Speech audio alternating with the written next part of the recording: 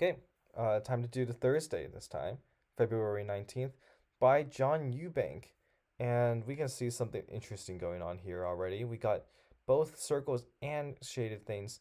I'll be looking probably at this one over here. This seems like this is the longest um, answer here. Probably something that tells us about this better choice given the options or the circled square vis-a-vis the shaded ones.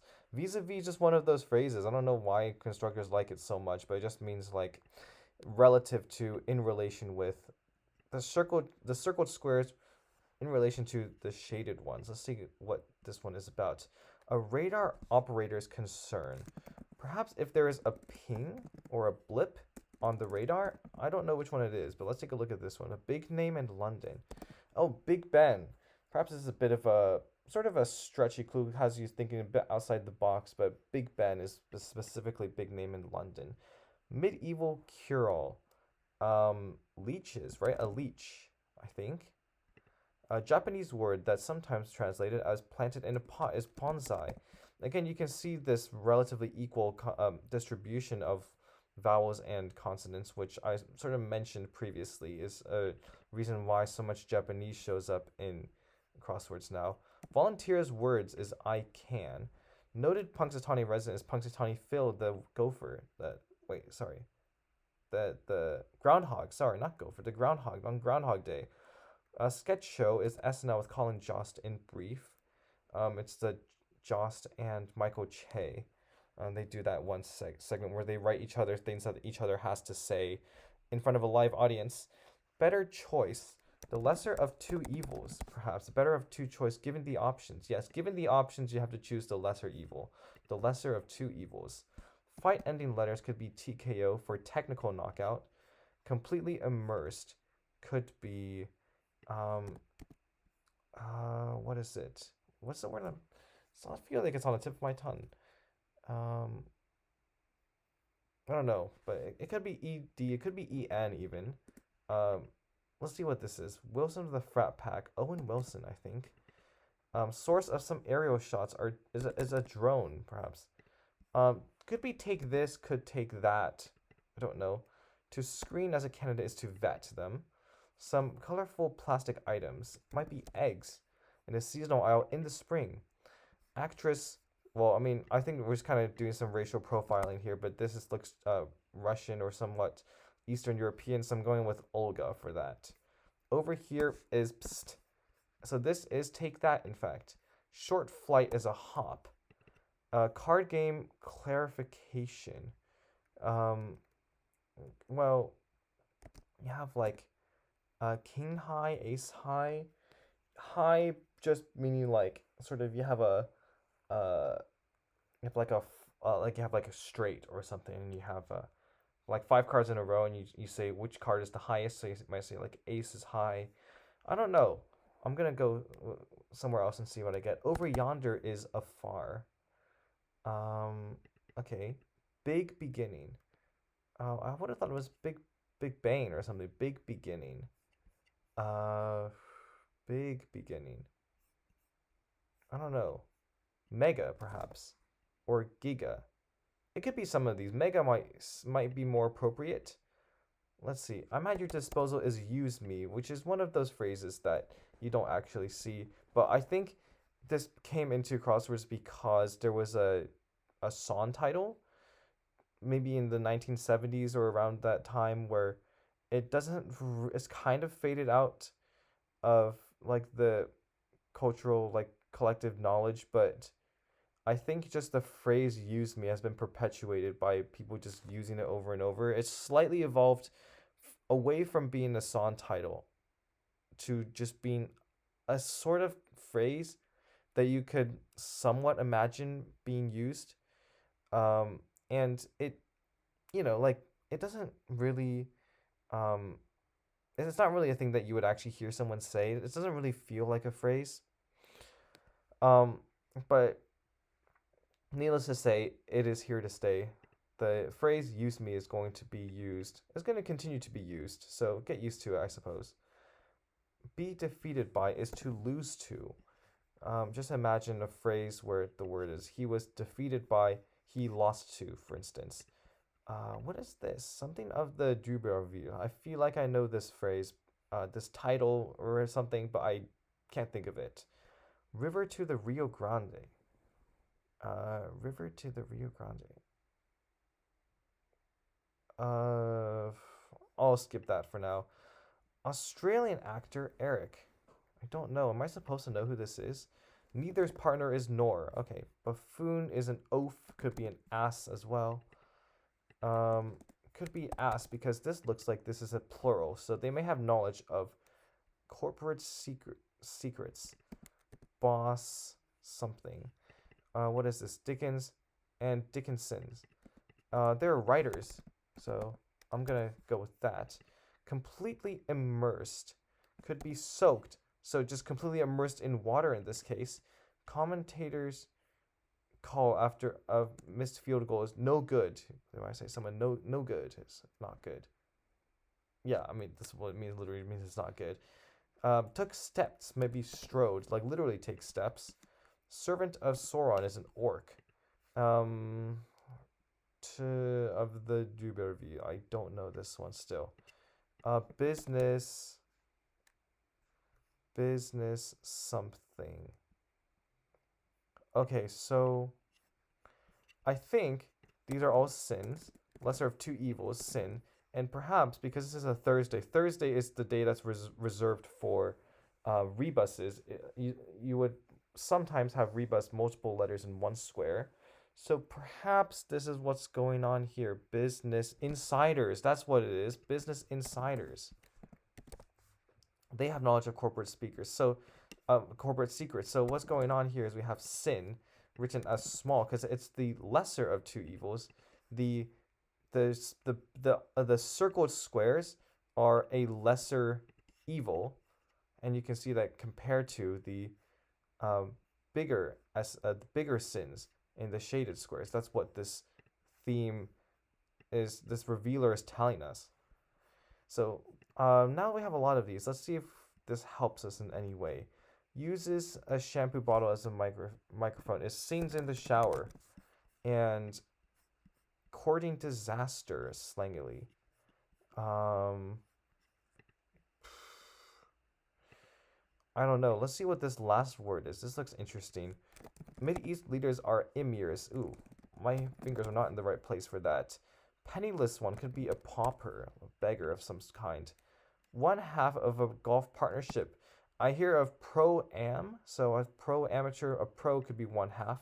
Spot to play baccarat is a casino. Tibetan title is llama.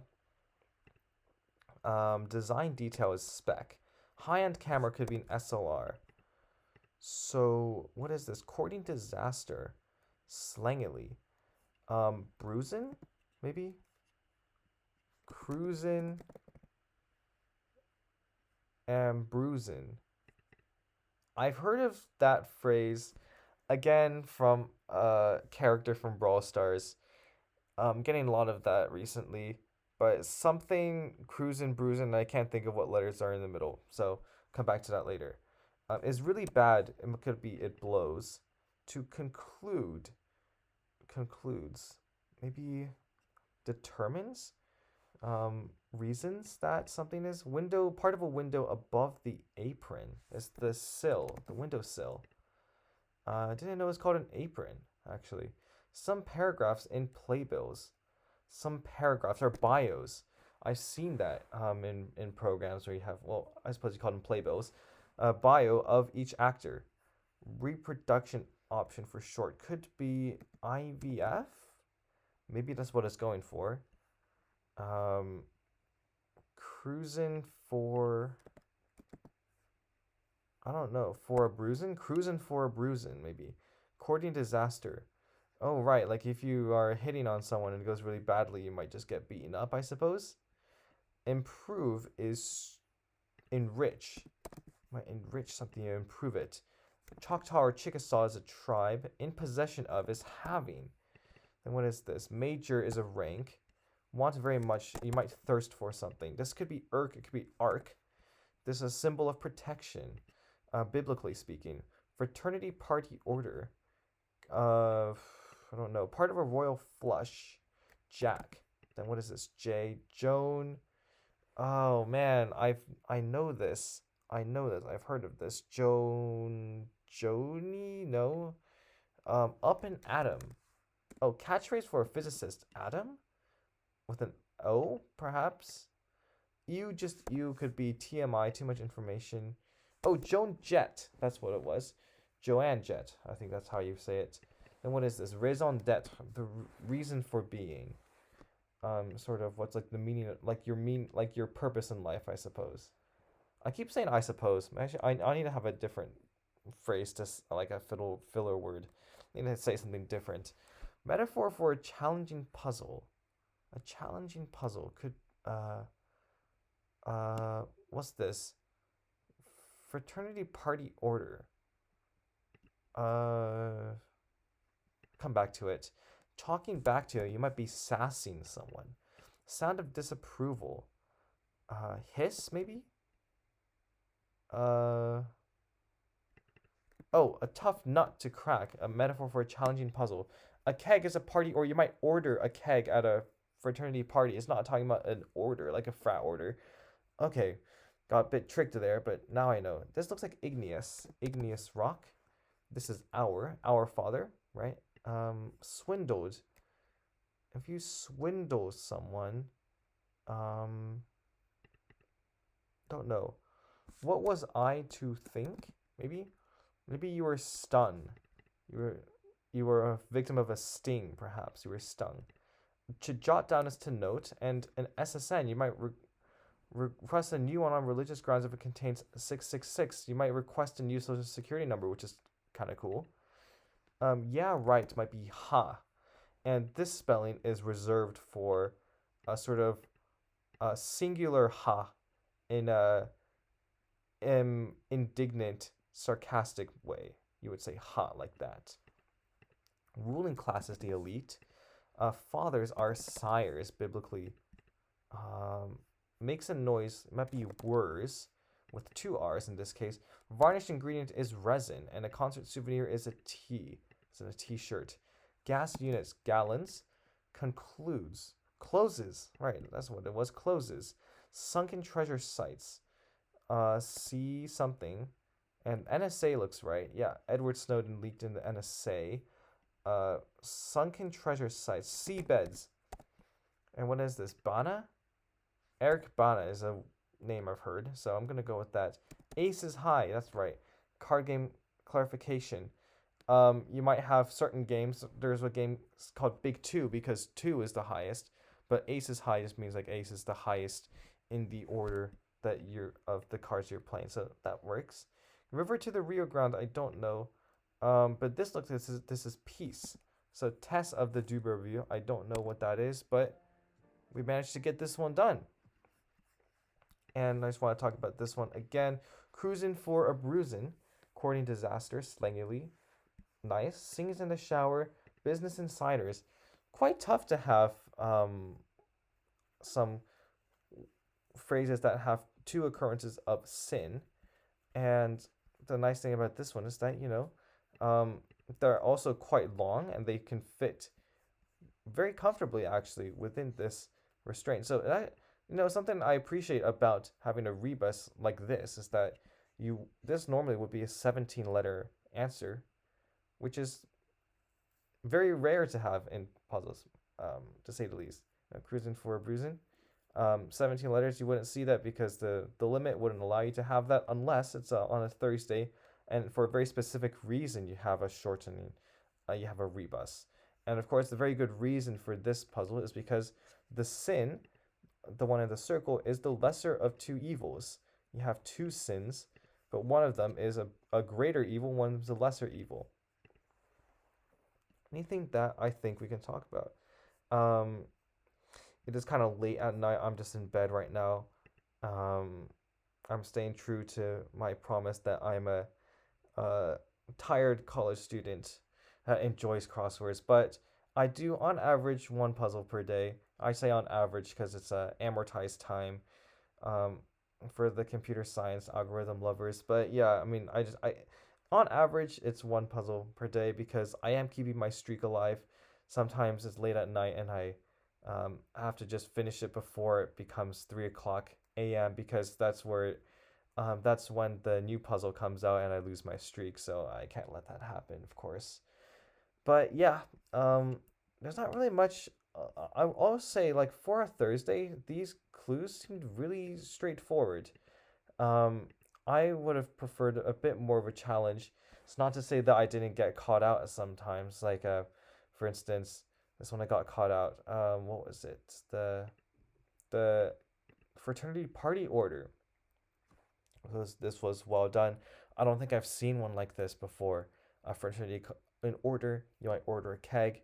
I don't know. I thought you would have had a keg on you if you were a frat, but you might order one just in case you have a party coming up. So that seems right. Any I don't remember any question mark clues, but things like these, they're just sneaky bits of misdirection, and I just don't think I have the ability to remember that at the moment. Um, yeah. Um, I will say about things like this, you know, um, you're not all the time. You're not meant to know these people. Sometimes, if it's a certain bit of trivia, you might get some kind of obscurity to most people. Um, but sometimes that's okay. Um, you're not expected to know these things. A lot of the times when they're in puzzles, in fact, it's not very good for the long time solver who's been solving puzzles like this if they only see the same things coming up in crosswords. Like that's not very challenging. So we kind of like to have um, sort of bits of trivia that you don't necessarily expect them to know, but you think that just given their cultural understanding, they have a good shot at guessing. And at least the way that I guessed this was I just chose something that sounded somewhat Russian. Olga is an example of that.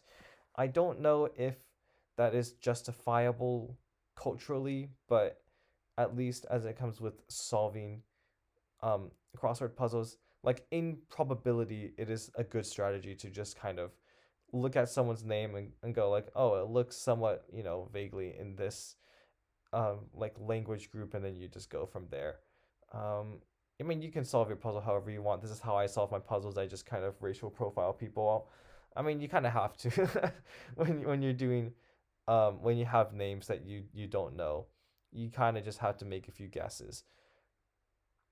So yeah, I mean, for instance, I don't think I would have had any shot of this. Test and the of the Duber reveals. Test of the Duber reveals. I don't know what that is. Um, a book of some kind. I mean, I don't read books, so that checks out. Um, let's see. What else is I know that there was.